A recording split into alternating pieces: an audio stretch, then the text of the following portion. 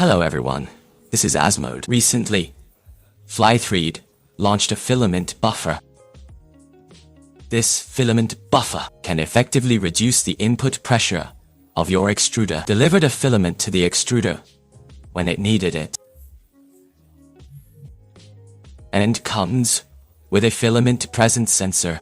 When your filaments are short, you can stop the operation in time to replenish new filaments. I used it for a while.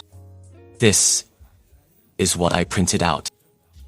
I think I can do some redesign of its appearance. I don't think the original looks good. So I spent a little time redesigning it.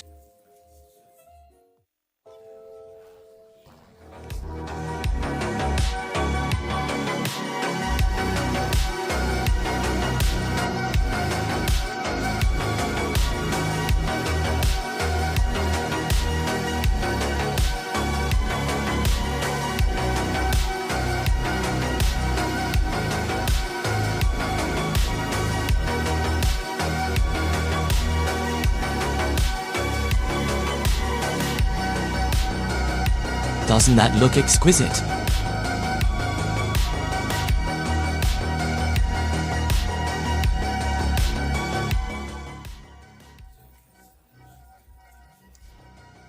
I redesigned the appearance of the model.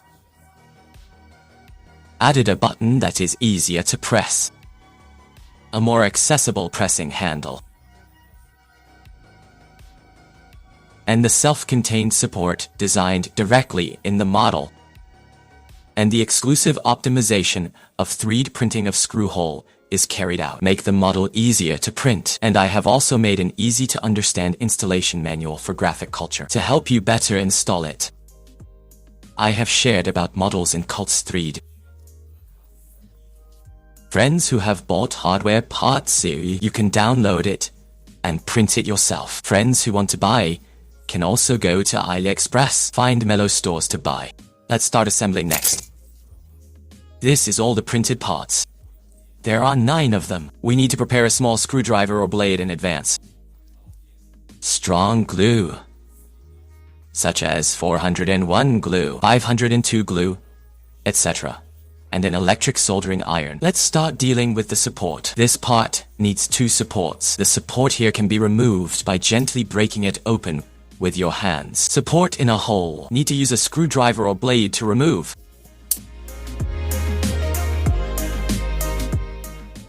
Next, let's remove the support of this pressing handle. It also needs to be removed with a screwdriver or blade.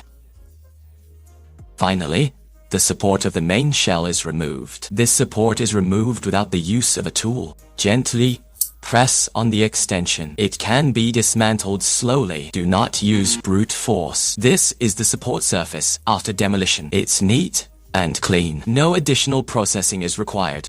Opened the package. Housing with 2.54 terminals inside. A motherboard, a microswitch, a deceleration motor, a miniature guide rail. We can put the screws in the box in case of loss. Remove printed parts. Preheating. Electric soldering iron. Press nuts where needed.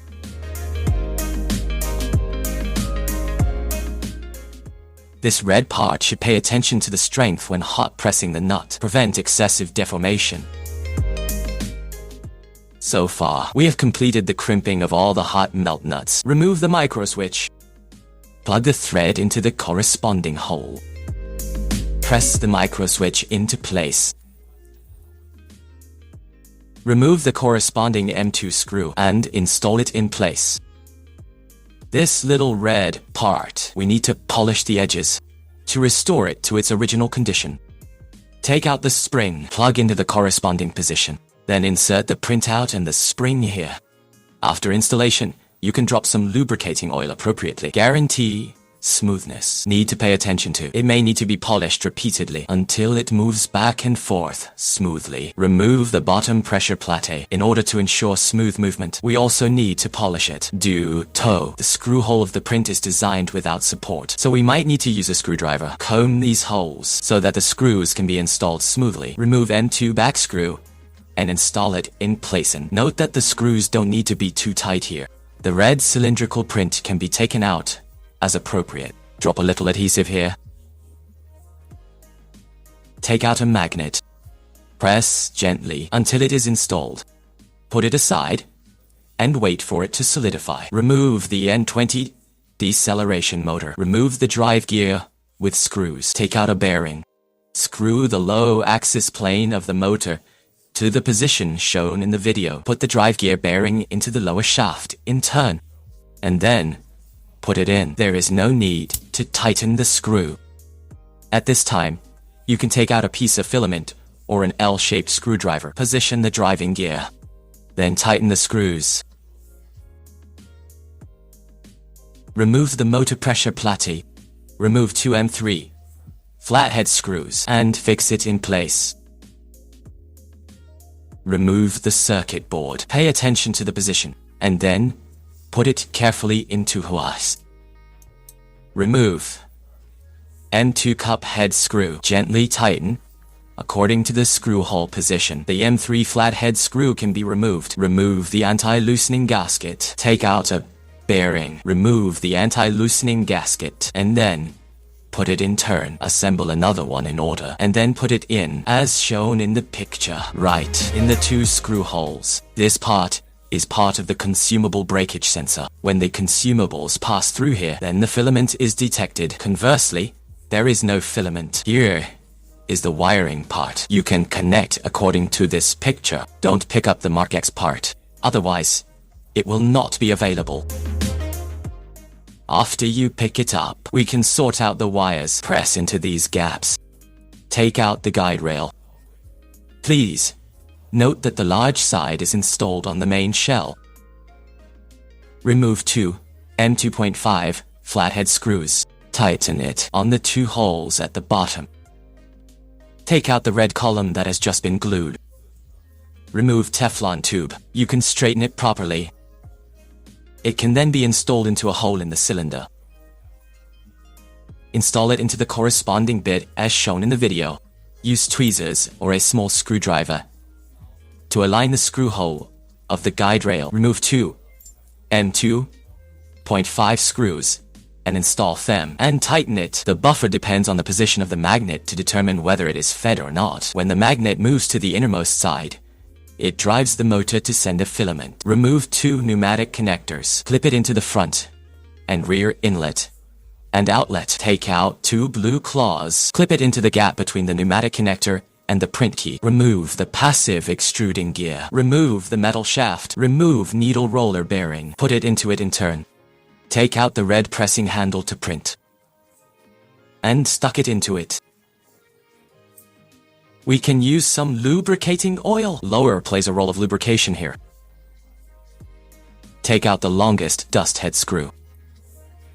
Put the pressing handle in the corresponding position. Then, screw the screw in. The screws here can't be tightened either. Take out the hand screw. Take out the spring. Take out the nylon gasket. Assemble it together and screw it into. Press down the hole on the handle. Remove the 2 black button parts. Trim the hole position with a blade. Make it easier to install. Press the 2 parts into the button post of the long handle, one after the other. Remove the red cover part. Take out 4 M3 flathead screws and tighten them. We can drop a little oil here. Lubricate the reduction gear. So far, the buffer has been assembled. We need to link it to the 3-pin stop connector on the motherboard. Here, I will take the FlySight motherboard as an example. We need to find the limit interface on the motherboard and query the definition of each lead angle. Buffer requires signal negative pole and 5E. We need to connect strictly according to the diagram. Please change the pin according to actual situation. When everything is ready, we can install it on the machine and use it happily. The sound of the buffer is about as shown in the video. The sound is still within acceptable range due to the N20 gear reduction motor used, so the service life of the motor is only about 200 hours. But don't worry that the motors are sold separately. Can be replaced. 200 hours converted into a service life of 1500 hours. It is also enough for players to use it for a long time. The print quality is much higher when used as a whole. You don't have to worry about the extruder pulling heavy consumables anymore. Very friendly to friends who use separate boxes. Any suggestions or ideas for improvement can be put forward in the comment section. That's all for this video. It is not easy to make video. Please follow me or like me.